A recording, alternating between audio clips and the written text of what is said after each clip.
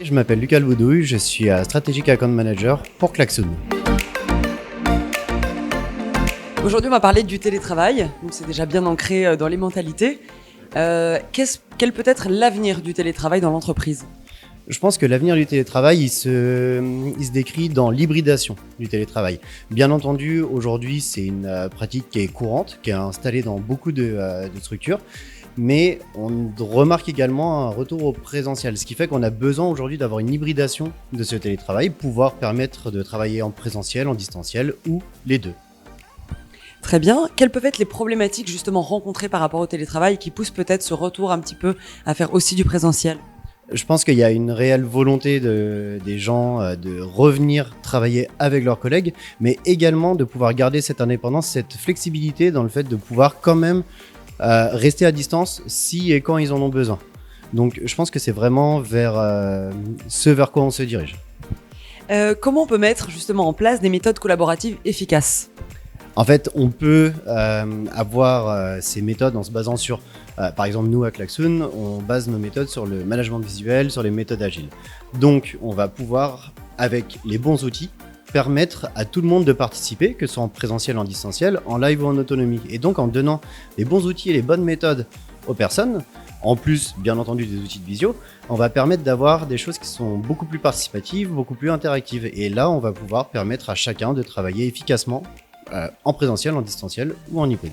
Est-ce que vous pouvez me dire un petit peu concrètement quels sont les outils justement que vous proposez vous ?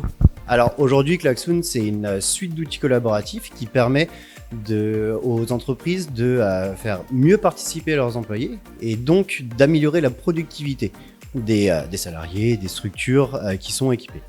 Donc, on va pouvoir permettre, grâce au management visuel, grâce aux méthodes agiles, d'impliquer plus facilement les collaborateurs, que ce soit par exemple dans des réunions, dans des ateliers de travail ou dans des formations, permettre de pouvoir un peu libérer la parole, de permettre à tout le monde de participer, de récolter du feedback et donc de gagner en productivité et en efficacité. Très bien. Est-ce que vous connaissez le système de workation, c'est-à-dire prendre des gens, les mettre dans un endroit un peu de vacances et les faire travailler un petit peu ensemble pour retrouver la cohésion d'équipe, ce genre de choses ? Qu'est-ce que vous en pensez ? Alors pour être totalement transparent, j'en ai entendu parler, je ne l'ai jamais testé, mais ça ne me déplairait pas d'aller travailler au bord d'une plage. Je pense qu'on reste dans un contexte, en fait l'important c'est de rester dans ce contexte professionnel, mais avec cette touche de légèreté qui fait qu'on est moins pris par un cadre formel et donc peut-être un peu plus libéré, un peu plus efficace.